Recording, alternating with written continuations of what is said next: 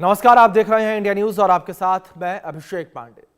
मध्य प्रदेश और राजस्थान, इन दोनों राज्यों में जहरीले कफ सिरप की वजह से 17 मासूमों की मौत हो गई है। पहले तो राज्य की सरकारों ने इन मौतों की अनदेखी की, लेकिन जब मामले ने तूल पकड़ी तो कार्रवाई शुरू की गई। हालांकि राज्य सरकारों की कार्रवाई पर सवाल उठने शुरू हो गए हैं।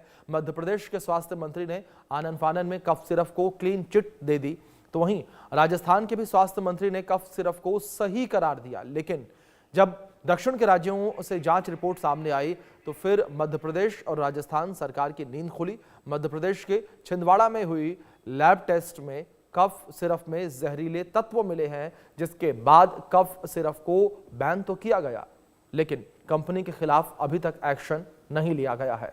जिस डॉक्टर ने प्रिस्क्रिप्शन में कोल्ड ड्रिफ्ट कफ सिरप की सिफारिश की, उसे गिरफ्तार कर लिया गया, लेकिन जिस कंपनी ने कफ सिरप का निर्माण किया उसके खिलाफ क्या कार्रवाई हुई, अभी तक कुछ नहीं। तो फिर असल सवाल यही उठता है कि आखिर 17 बच्चों की मौत का जिम्मेदार है कौन? मासूम बच्चों की मौत की जवाबदेही किसके पास है?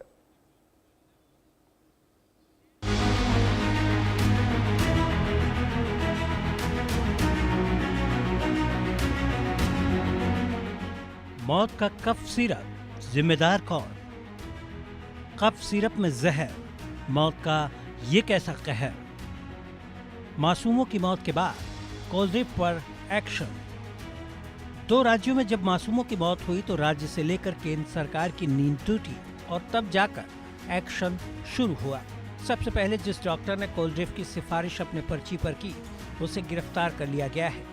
Child specialist doctor Praveen Soni के खिलाफ छिंदवाड़ा में कई मामले दर्ज किए गए हैं। और जांच रिपोर्ट में ये बताया गया है कि एक जो कोल्ड सिरप था, कोल्ड ड्रिफ्ट, उसमें एक ऐसा कंपाउंड है जिस वजह से जो है ये मृत्यु का होना पाया गया है। और जो कोल्ड सिरप है उसका लैब टेस्ट भी कराया गया। लैब की जो रिपोर्ट्स भी आई हैं, और लैब रिपोर्ट में डाईइथिलीन ग्लाइकॉल जो है वो एक ऐसा पदार्थ है जो कि परमिसेबल लिमिट से जो है उसमें ज़्यादा पाया गया है। और अभी हाल फिलहाल इसमें चूँकि जो मैन्युफैक्चरर है वो तमिलनाडु की कंपनी है, श्रीशान फार्मास्यूटिकल कांचीपुरम की कंपनी है, उसके खिलाफ भी मुकदमा रजिस्टर किया गया है। और जिसने जो डॉक्टर जिसने कि प्रिस्क्राइब की थी मेडिसिन, डॉक्टर प्रवीण सोनी, उनके खिलाफ जो है अभी मुकदमा कायम किया गया। और फर्दर हम इसमें जो फैक्ट्स आते जाएंगे, जो तथ्य उसमें आते जाएंगे, उसके हिसाब से जो आगे हम फर्दर हम कार्रवाई करते हैं। जहरीले कफ सिरप से बच्चों की मौत के मामले सामने आने लगे तो सरकार ने इसे हल्के में लिया। दवा कंपनी के खिलाफ एक्शन लेने से परहेज किया, लेकिन जब मौत का मामला तूल पकड़ा तो फिर नींद खुली। जांच शुरू हुई और जांच में चौंकाने वाले खुलासे हुए।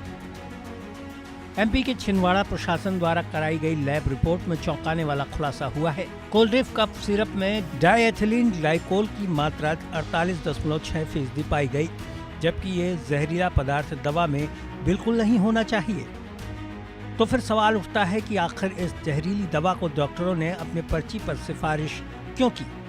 इस बारे में कहना मुश्किल है कि सिरप से ही हो रहा है। ये कोई सिरप जो है पिछले 10 सालों से लिखे जाते हैं जी।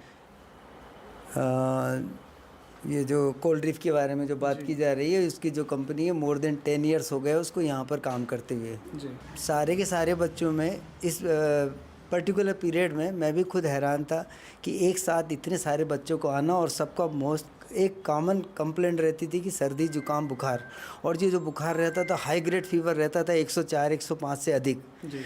एक सिंपल प्रेजेंटेशन के कारण से मैं भी परेशान था। मैं भी बोलता था कि यार कुछ तो गलत हो रहा है, क्योंकि अचानक एक साथ इतने सारे मरीजों का आना, इलाज कराना, तो कुछ गड़बड़ है। तो कुछ मेरे मित्रों से मैंने जानकारी लिया तो वो बोलते हैं कि सिर्फ वायरल इन्फेक्शन हो सकता है, इसके कारण से ये चल रहा है। मध्य प्रदेश और राजस्थान में 14 बच्चों की मौत हो गई है, लेकिन असल सवाल तो अभी जिंदा है, जिसका कोई जवाब नहीं दे रहा कि इन मौतों का दोषी आखिर कौन है। मध्य प्रदेश में कोल्ड ड्रिफ्ट से 11 मौतों की पुष्टि हो चुकी है। एमपी के छिंदवाड़ा में कफ सिरप पीने से 11 बच्चों की मौत हो गई है।